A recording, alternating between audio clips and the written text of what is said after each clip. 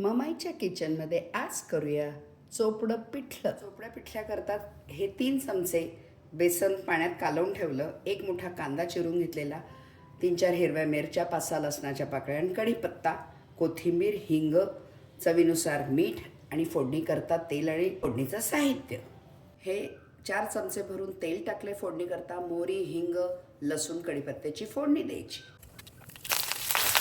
लसूण थोडा तांबूस होईपर्यंत परतून घ्यायचं आणि हा कांदा टाकायचा, हाही चांगला परतून घ्यायचा. या चवीनुसार आता तिखट आणि हळद टाकायची आणि ह्याच्यामध्ये पाणी टाकायचं. या पाण्याला उकळी येऊ द्यायची. पाण्याला उकळी आली आहे, आता परत त्याच्यात थोडं पाणी टाकायचं आणि ती उकळी मोडायची. पाण्याची उकळी मोडली की बेसन टाकायचं त्यात. गॅस फुल करायचा. हे उकळत असताना त्यात चवीनुसार मीठ टाकायचं, कोथिंबीर बुरबुरायची.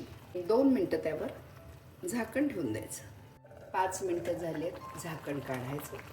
बेसनाला छान उकळी आलेली आहे. झटपट होणारं चोपडं पिठलं भाकरी किंवा भातासोबत खाण्यासाठी तयार.